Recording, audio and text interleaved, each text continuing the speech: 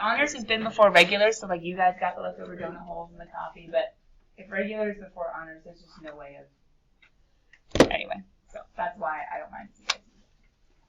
Okay, so shading. Jaden was up here asking about shading. Sophia, you kind of mentioned that it gets a little funny.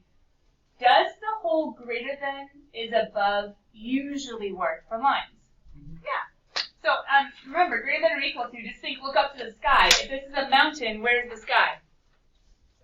Right? So you shade where the sky is. If it was less than or equal to, go down to the ground. Like if it's a mountain, you can just think shade the sky. If it's greater, shade the ground. If it's less than. But the problem is, as soon as you get to something like a parabola, some of you are like, oh wait, I get it, greater than, shade up. But when you rearranged it, it actually ended up being less than, shade down. Maybe that makes sense.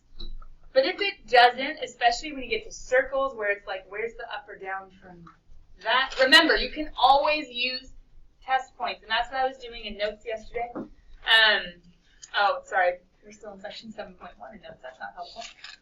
But I was saying things like plugging in 0, 0 because I was kind of drawing on what you guys have already done in the past. We had some tricky ones yesterday as far as what's greater than -2, greater than a vertical line, or less than a horizontal line. Is a little bit easier. Once again, the ground is a good analogy. But some of the graphs in homework were a lot trickier. And so just remember, when it says use a test point, real quick, if you plug in some point on one side or the other to the original inequality, or even after you move stuff around, but sometimes you make mistakes and that might actually mess you up. If I plug in and if it's true, what does that mean? Shade or shade the other side? If you plug in and it's true, shade. Yeah. So this one, if I plugged in 0, 0, it was a true inequality. 0 is greater than or equal to -15. True, it's shaded. But if I plug in 0, 0 to this one, now we can tell by the picture it's supposed to be false, but would you know by plugging in? 0 minus 0 minus 3. -3, is it greater than 0? No. So did it get shaded? No, you shade the other side. So if the shading, Sophia, does that make sense? If the shading gets weird, you can always pick some point that's inside or outside. If it's true, shade it. If it's not true, shade the other. Anyway, that's a quick recap on shading. I was asking you guys if you got stuck, and so I was just trying to do a quick reminder. Number 44, did you guys find your corners? And did you shade up and shade down and find the overlap? Remember, they're not showing you everything, they're showing the overlap. Is this one where you have to do open circle? No. Oh, sorry, no, but this one should have been dashed. Can you check 26? The calculator might not have made it dashed for you. Yeah. But you should have made it dashed, right? Because it was just less than. And depending on how you did it, did you guys get less than? Did you remember that when you multiply or divide by a negative, the inequality flips, right? Just things with inequalities that we might have forgotten from way back when. Sorry, Sophia, did you have another question on this one, or are you good? I just thought it was open. Oh, no, because these ones are both or equal to, and so it's allowed to be there. If one of them was not, and it was hitting one of those points, then we'd have to make it.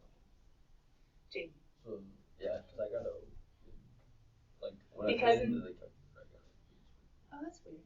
But because when we did it in our notes, I mean, we had open here, because remember, even though somebody was allowed to be there, green was, red wasn't, so we had to say nah, and blue wasn't, so we had to say nah. I mean, you could totally bring in, like, the biblical principle of, oh my goodness. Wow. Flew out of my head. Don't put a stumbling block in each other's way, but that's not at all how you say it. Oh my goodness. Anyway, the idea is, like, if you don't want to, like, I don't need to, it's okay, I'll say no. Like, hopefully you guys who've grown up in the church have heard that principle before as far as showing compassion. Like, oh, I don't think it'd be a sin for me, but you know what? We don't need to do this. It's fine. Let's go do something else. Like, if that causes you to stumble. Kind of the same thing here. If the inequality says, I can't be there, then the entire system has to say no. If blue can't be there, the entire system has to say no. But how is that different from this guy? They're both there. See? They're both there. Wait, so. Wait, you mentioned open circle. Yeah, it was like a half. Oh, sorry. Sophia was mentioning, I thought, Sophia, you were mentioning the open vertices, right? Yeah. Okay, I thought you meant the same thing. Wait, so like why Because when you solve for y, you get a square root of a square, which is a plus 1 minus Okay. the square root. So the positive square root is the top, but you would have had to put in the negative square root to make the whole circle. And a good way for your brain to remember is whenever you have x squared plus y squared is r squared. X squared plus y squared is r squared, always a circle, full circle. So you, Oh, sorry. so you plug the 4x over 3 into the y. To get that extension. Oh, if you did substitution, is that how you did it? That's what they do. I don't know. I got the y. I got the 4x over 3. I thought from what you were saying that you had gotten y by itself in both and put it in your grapher, Yeah, that's right? right. And so when you got y by itself, I'm saying you need to do y1 and y2. One is the positive square root and one is the negative, and then that guy. They did substitution, not using their calculator, and so they solved for y, they plugged in, and if you had factored, and if you had remembered plus or minus, it would have happened. Does that make sense? Yeah. For that one, we were looking for the intersection. I used my calculator to find the intersection. But when you have to do them, you Right. put them equal to each other.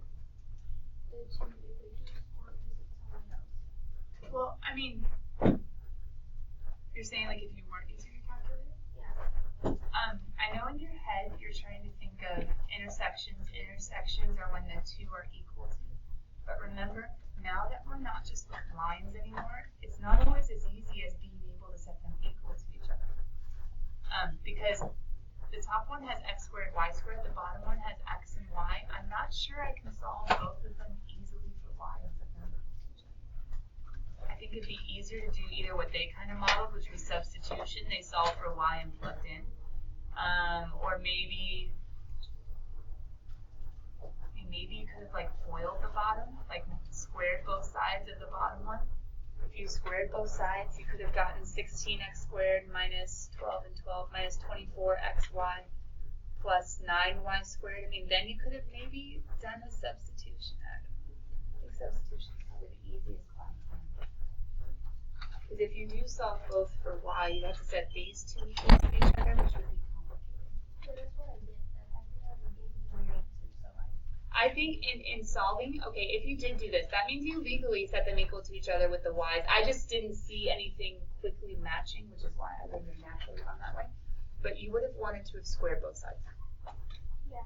And then you would have gotten your 25 minus x squared equals 16x squared over 9. Does that sound right? Yeah. And then I would have done common denominators at that point. Or at least, well, I would have actually just multiplied both sides by 9. So that would have been 225 minus 9x squared equals 16x squared. That would have been 25 divided by 25. That would have been 9. Oh, that works. I don't know if it's something on that one, but I figured out that way. So it sounds like you were headed the right direction, just it might have gotten a little bit messy, but see with these x squared terms, my goal is to try to get these x squared terms put together. So either make this like a 9 over 9 and then add common denominator, or just get rid of that 9 and then get common terms or like terms put together.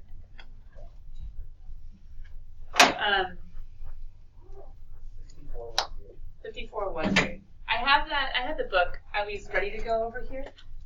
54, I can let you peek at it for a second. I'll freeze the screen in case you want to check out an answer that you did get, but I'm guessing we have questions. I'm just going to be curious once I go to the book if you guys have any other questions you want me to look at.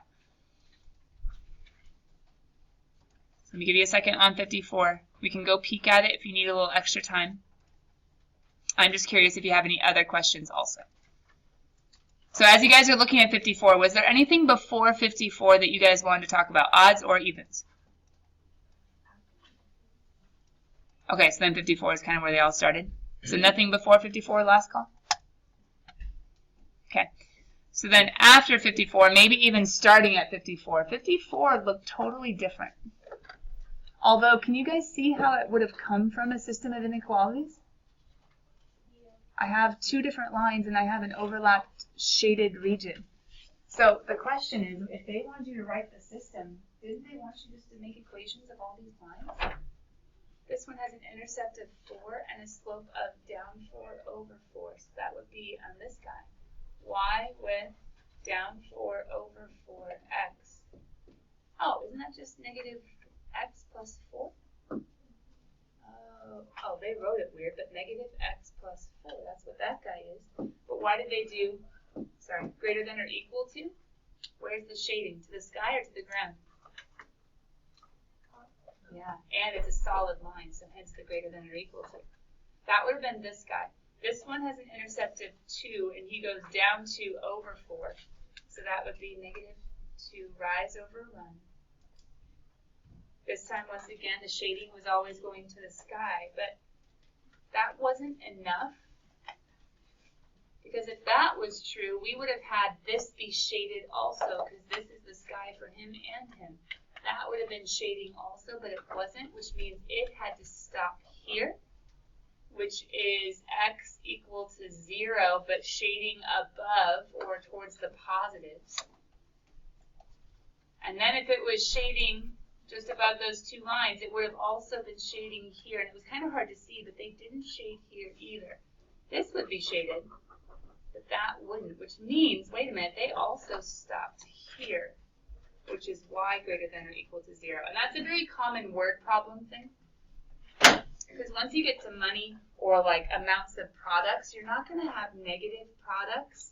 So it's kind of like one of those built-in ones for most normal word problems. You could have negative money, I suppose. I guess you could lose money depending on the situation.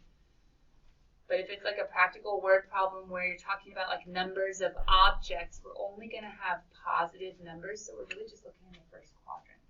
And so this problem was kind of just getting you ready for that in the sense of the shading didn't go into the negatives of the x's or the negatives of the y's. So that's why there were those two little extra pieces that you might have just totally forgotten about. But how did I make equations of my lines again? Did you guys notice what I was doing first? Wait, so how'd you get negative 2 over 4? Yeah. Well, how did I start my lines? I actually didn't start there. Technically, I started here and here. What are these guys? Mx plus b. Yeah, the y-intercepts, right? So this one hit at 2.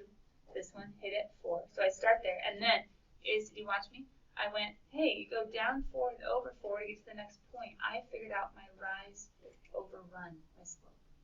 So change in y over change in x to get my slope. And then change in y down 2 over change in x over 4 to get my slope. 1 over 4? Yeah, I got negative 1. That's the second one. Yeah. Oh, I was looking at the wrong line. You guys see I connected the wrong line. That's dumb. It should have been negative 2 over 8. Thanks, sis. I didn't even see this guy go over here. Down 2 over 8. But now we're good. I just didn't reduce. I was being lazy. So negative 1x and then negative 1/4x. Good job. Hi, bye. Someone said after 54, though. Were there other ones? No. 63. Anything else besides 63? Okay. So then 63, I should just scroll. Was it a wordy one? Yeah. Oh, an applied one. Okay, got it. So this one's talking about consumer and producer surplus. I know you guys are like, what on earth? Just keep in context that there is like a mathematical principle behind what's going on. I know it's a new context, but we've done cost and profit. We've done supply and demand. Now we have consumer and producer surplus. But don't really stress too much. Try to find the math behind it. Graph the systems representing the, systems. They give me two different equations in 63. Okay, I guess I can look at this as, I agree.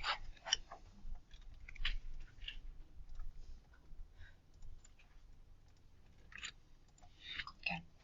For 63, we can look at this like a system because we have two different equations. If you want, we can even like think of it in our head as like an mx plus b because we have like y equals for both of them.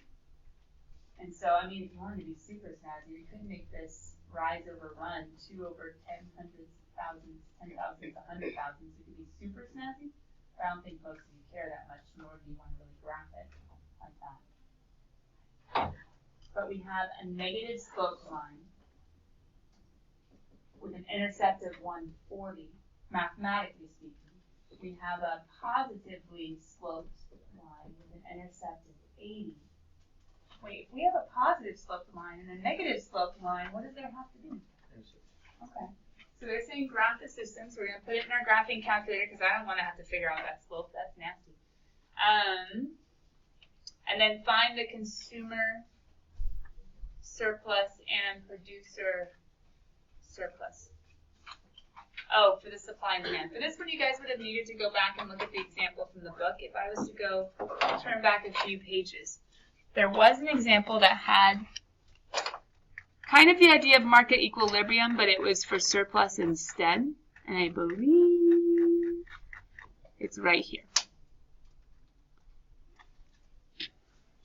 And it might have taken you a little bit of work to figure out what was going on, but maybe you saw that they graphed 2 different P equations.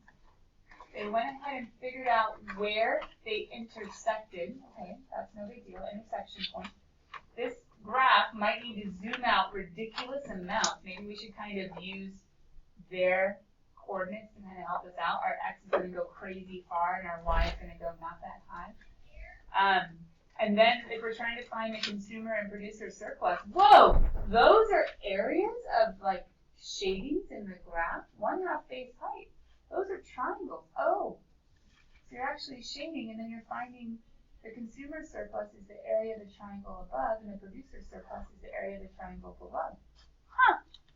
Anyway, there was a lot to learn from the example in the book that you guys might not have checked out, which is kind of a bummer.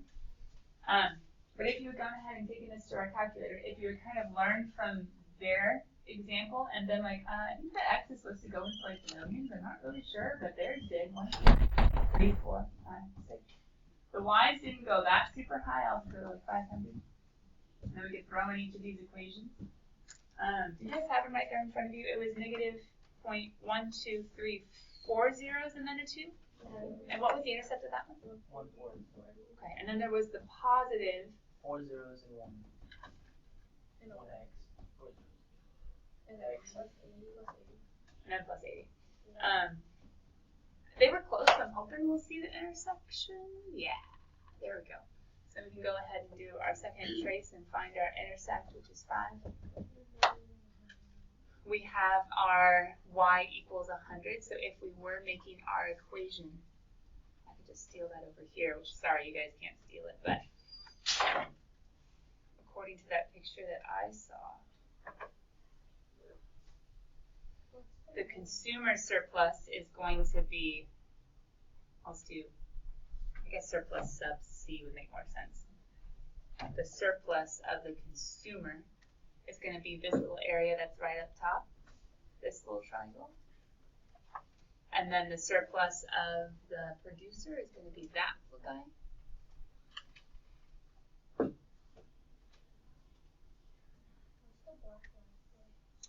The black line is just showing the separation between the two triangles. And so that's the y value of the intersection point. But specifically, that's also, let's see, y value, that's the same thing as p. P is the same thing as, you have to go back to your example. Is that product? Oh, price. It's like the price point of the market equilibrium for supply and demand. Yeah, call that market equilibrium still. That's still what that technically is. So that's the price at which, if you start charging more, you're going to have a consumer surplus, and if you start charging less, you're going to have a producer surplus. That's kind of like what's going on there. And so in our example, we really just need to find 1/2 base times height. And so the base of this guy is going to be from the very beginning, which is 0, to the very end, which we found to be our x-intercept of, is that 2 million? I think I see 2 million. So both of them are going to have a base of 2 million.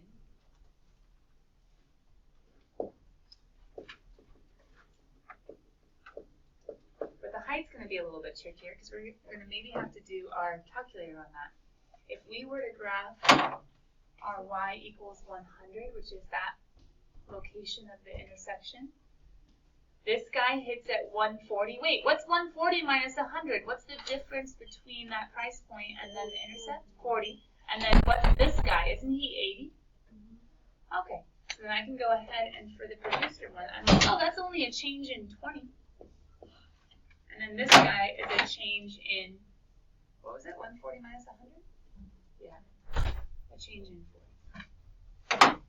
And that should lead us to, oh, it was an odd, not an even. Otherwise I'd have the answer right there. Well, this one would just be 20 times 2 million, which would be, I think, 40 million. And then this one would be 10 times 2 million, which would be 20 million. I'm thinking, like, they didn't tell us what the product is, so it's going to be a little hard to label. I'm not sure if they told us what the product is here. Oh, we're just finding the actual monetary amounts. Okay, just the monetary amounts of surplus. And don't worry, this isn't an econ class, this isn't a business class, we don't have to actually apply it. Although some of you would probably be really interested as far as like what's actually going on in the situation and what those surpluses mean. But we're just kind of, remember, playing with the mathematical tools of analyzing the information. And it had to do with inequalities because we're talking about going above the producer surplus and, above the supply and below the demand. It's kind of like an inequality even though it's not there. But long story short, I don't test you guys very often on applications that are beyond what we're doing. Like I did in physics, but I'm not necessarily going to in business. I'll give you a heads up tomorrow if there's any like specific business things that you guys need to know for the test. Otherwise, it's more just the mathematical skills of handling the information. Yeah? Section 7.6, final section of the chapter. If we're doing it in one day, you can imagine that we're shortcutting it, right? I'm going to freeze the screen so you guys can at least get the vocab down. This is general vocabulary. It's not specific to like business or accounting or econ. It's kind of just general. What we just looked at was supply and demand and surplus. That was super specific. But this one more general. Huh? I think what I just said is that I'll give you a huge warning if there's a specific business, econ, that type of problem on there. But I'm pretty sure there's not. But I'll give you a very specific hint tomorrow if there is. But there are going to be, I think, there is going to be one multiple choice like this section, 7.6, and one long answer. I'm going to do some of the work for you on the test, meaning you won't have to do like a full problem. I will give you some hints, or I will have it like partially there. Do you mean like one answer for one multiple choice question and one long answer? Okay. Or, you guys know what I mean by long answer, right? Like you're filling in the work. You're filling in the work and making the graph at the end of the test. But I think at least one of them, I have a picture already drawn for you, which saves half the time. Because 7.6 is following 7.5, because 7.5 says, hey, there's this thing where you have a system and there's shading and there's overlap. And 7.6 says, oh, let's use it. 7.5 says there's a thing with systems of equalities, and 7.6 says, oh, let's use it.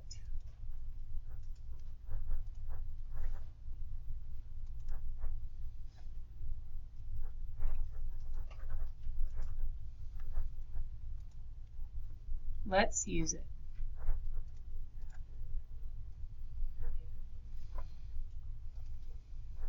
As you guys are writing down, all that you're writing, it's good. It's not necessarily something to memorize. It's good. Just so that you have like vocab to understand what I'm talking about. So what you guys are writing, it's good. You'll have vocab to know what I'm talking about. No. This is just the vocab. There's this guy called the objective function. He's kind of the objective. I mean, that's kind of obvious, right? The objective function is the objective. He's the dude that we're gunning for. He's the guy that at the end of the day we're trying to figure out his max or min. This snazzy term at the top, optimization, is one that comes back again in calculus. Optimization, optimize, optimize, optimal. The optimal solution is the best one. The optimum. All these different words, optimization is one form of that root word.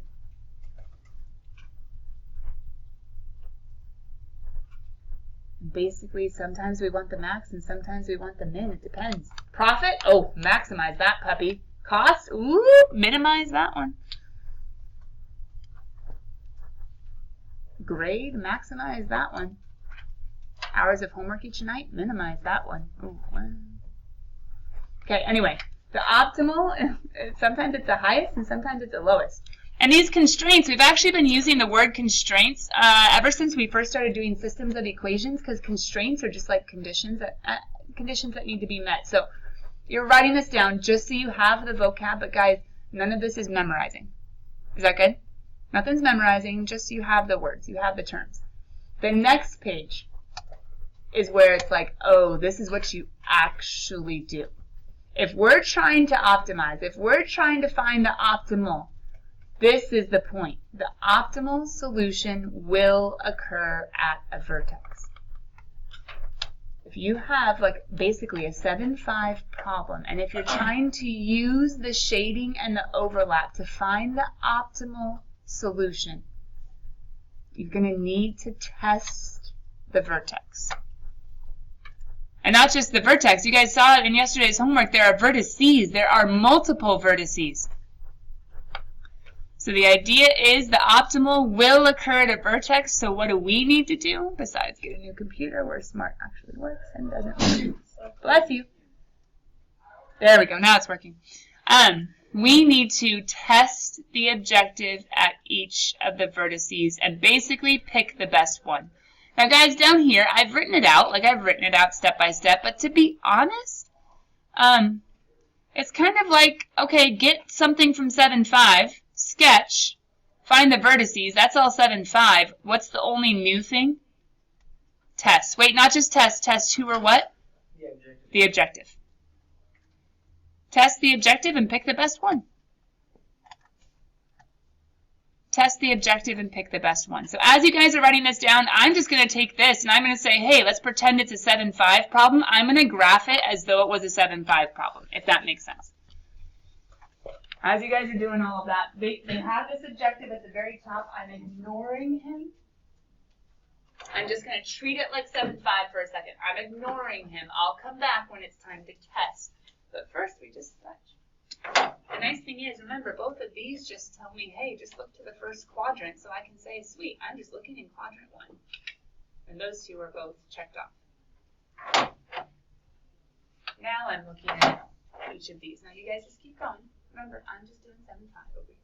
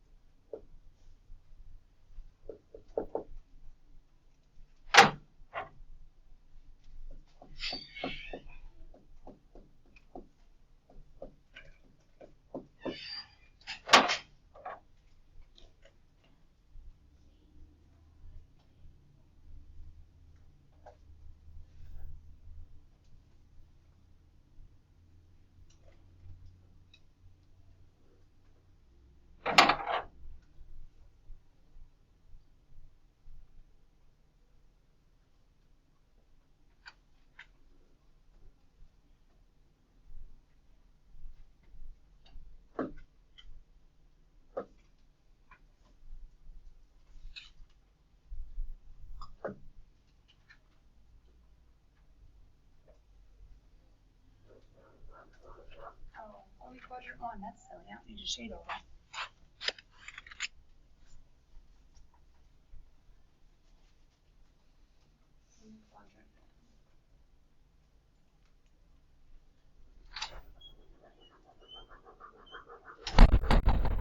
No no quadrant 2, no quadrant 3, no quadrant 4. Oh, are we okay?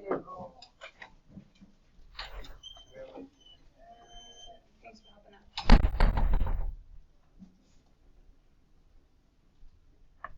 don't think it's that much darker. Do you guys see the overlap reason? What's below the blue and above the green? What's below the blue and above the green? Yeah, I have a vertex. Wait. One vertex is 0, 0 because it's the first quadrant. One vertex is the intercept, which is 0, 2. One vertex is the x-intercept, which would be 1, 0. And if you graph really, really carefully, now sometimes you might need to use your calculator if it's like a word problem to find the intersection. But I saw this one, it was 2, 1. Do you see how this was a 7, 5 problem? All of this, 7, 5. All of this, 7, 5. Get the region. So basically, get the 7, 5 region. That's step 1. But what's step 2? What are we supposed to? Well, kind of step 3. But 1 and 2 is just get the 7, 5 region, find the vertices, check, check, check. What are we supposed to do now that we have the vertices? Outside of the second thing. Test 2. Test 2. And say, okay, what is my z equals 3x plus 2y at each of my different vertices? So at 0, 0, at 2, 1, at 0, 2, at 1, 0. My region is enclosed, so I test any of the corners and I plug in. Well, 0 plus 0 is 0. That's great if I want a min, but I want a max. 6 plus 2 is 8. 0 plus 2 times 2 is 4, and 3. Who wins? Why does he win? Because I wanted the highest.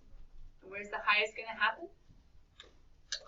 At a corner, and it wasn't the other one, so it must be this one. So therefore, I have my max of 8 when x is equal to 2 and y is equal to 1. In a word problem, it might be like, ooh, I have a max profit of $8 million when I sell 2,000 units of something, and I don't know, 1,000 of something else. There's this whole like chocolates example with like nut-filled chews and other things and like creams, and like you're trying to sell chocolate and make the most money and spend the least or something. But the idea is you have all this system of equations. Section 7.5, can you graph it? That's 1. Can you find the corners? That's 2. And then just can you plug them in and say who's the highest? That's 3. And you're done. So here's the book's way of snazzily doing it. I mean, they probably use like an actual graphing utility. And they graph and they graph and they graph and they graph and they figure out the overlap. They figured out their corners, and once they figured out their corners, they just plugged in. Now, hold on, wait a minute. They didn't plug in the vertices. Oh, I plugged in the vertices. What are they doing? They're plugging in some interior points to prove it. They said, well, what if you doubted? You could plug in something else like 1, 1, or you could plug in something like 1, 1 half. You could plug in something like 1 half, 3 halves. So do you see any of these getting to 8? Now, that's not enough to prove it, but if you were to take the entire region, nothing is going to get higher than 8, and here's one reason why. One reason why is because technically we could kind of look at this guy as having like a linear component to it. We could look at this guy as kind of having a linear component to it. If we were to set, how does this go? Z equal to 0, y would equal negative 3 over 2x. And there's this idea of this line that could kind of like go through the whole region, and we're trying to get as far as possible, as far out as possible for maximum values to have it be solved. Anyway, there's more than one way of looking at this. But this is kind of the straightforward approach as far as getting the region, figuring out the vertices, plugging in maximum. Now, why would it be so nice on the test if I already graphed it for you? All I have to do is find the vertices and plug in. The hard part, the long part is, well, making this maybe from like words that you kind of grappled with a little bit last night. Maybe making this. if there are word problems involved, but then taking the time to sketch it, especially if the intersection is something gross you have to use your calculator for. It'd be more realistic that way, but I'm going to take this whole page out of the notes just because that's not something you guys would need to stress about. There is this whole graphing approach. You can kind of see about how they pretended that it was negative 3x or negative 3 halves x, and then they kind of take the slopes and go the farthest out. But once again, not an important concept for the test at all. But here's where things can get a little bit more interesting. There are some unusual characteristics of funny things that can happen. Kind of like how with systems of equations, remember how you had like 0 equals 0 or 0 equals 4, and then it was like, ooh, infinitely many or none, or okay. There is something funny that can kind of happen like that sometimes if you have like one of those flat edges of a shape. We're not going to stress about that for today. We'll just see if anything funny happens in homework and leave it there. But what if this was your problem? Like, where's my system of equations? You gotta write it. You gotta write it out. It's in the words. So let's work together as a whole class. This is a bad one. Hopefully the homework ones will be a little bit easier. Let's see if we can figure out our system. Remember, how many unknowns should point us to how many conditions, at least roughly, and then we'll make sure that we have it to graph. Probably using our calculator because I see nasty things like 1200 and 150 and 2. We're just trying to set it up. Because if you get the system, then all you got to do is, in this one, go to your calculator to graph it like 7/5, shade it, vertices, plug in. That part, hopefully, is at least fairly straightforward. So, we got a candy manufacturer, and we got boxed chocolates. Pixies. If anything else, well. A box of chocolate-covered creams yields a profit of, ooh, I see some hints and clues. So I have creams, and a box of chocolate-covered nuts yields a profit of $2 per box. Market tests and available resources have indicated the following constraints. Okay, so what don't we know? We don't know how many chocolate-covered nuts they're making. We don't know how many creams. I believe that's our unknown. So let's keep looking up. How many boxes of each? The combined production level. Combined production level. How many boxes of this? How many boxes of that? Should not exceed. Think of it this way. It might be based on like their equipment, how much they can handle. It might be like their shipping company, how much they can fit. Different things like that might restrict them. Should not exceed 1,200 boxes per month. Maybe like how much they can sell in a store. They're like, it's too much. The demand for a box of chocolate-covered nuts. Ooh, that's which one? What? Is no more than. Is no more than. Does that mean less than? Or equal to? So, half the demand for creams. So people like creams a bit more. Yeah, you agree. The production level for chocolate-covered creams should be less than or equal to production level for creams. So here again, even though people like those a lot, there must be something restricting whether how much they cost or the special equipment that needs to be used or the person who's able to make them can only work so many hours. Anyway, should be less than or equal to 600 boxes plus 3 times. Do we have a system? Yeah. Do you have to play with it to make it something that you can actually work with? Yes. But if you start, wait. Can we also say something like, okay, x has to be greater than or equal to 0 because we're not making negative boxes? Are we looking in the first quadrant? Okay, only in the first quadrant because we're looking for only positive boxes, not negative. But then maybe you guys can see how we could just get our lines written in mx plus b form. Well, that's already kind of nicely done for us. And this one, ew. Well, I guess it'd be y is greater than or equal to move the 600 divided by 3. 600 divided by 3. I have 3 different lines. All I need to do is figure out what they look like when I actually graph them. So 7/5, shade it, vertices, plug them in. What's best? Alright guys, I'll see you tomorrow. Use your calculator tonight. You do not need to necessarily graph all these things by hand, and let me double check the homework by lunchtime in order to make sure I haven't given you too much. Double check the comment just in case I do adjust it, okay?